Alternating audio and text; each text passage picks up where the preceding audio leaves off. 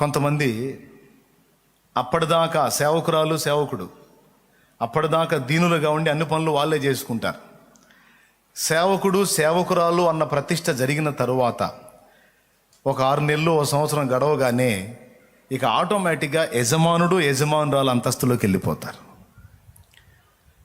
అమ్మగారికి అంట్లు తోమే వ్యక్తి ఒకళ్ళు కావాలా, బట్టలు ఉతికే వ్యక్తి ఒకళ్ళు కావాలా, ఇల్లు మొత్తం శుభ్రం చేసే వ్యక్తి ఒకళ్ళు కావాలా, సమస్త కార్యాలు చక్కబెట్టే వాళ్ళు కావాలా. ఎందుకంటే మరి ఎట్లా చేస్తుంది? అమ్మగారు కదా. అమ్మగారు అంట్లు ఎట్లా తోముకుంటుంది, అమ్మగారు బట్టలు ఎట్లా ఉతికేసుకుంటుంది, అమ్మగారు ఇల్లు ఎట్లా ఊడ్చుకుంటుంది? పాస్టర్ అమ్మగారు కదా. మరి సంగమన్న వచ్చినప్పుడు వాళ్ళ కోసం సేవ చేస్తున్నప్పుడు ఆ మాత్రం చేయరా ఏంది ఇళ్లలో పని?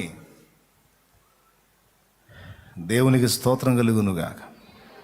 హల్లెలూయా.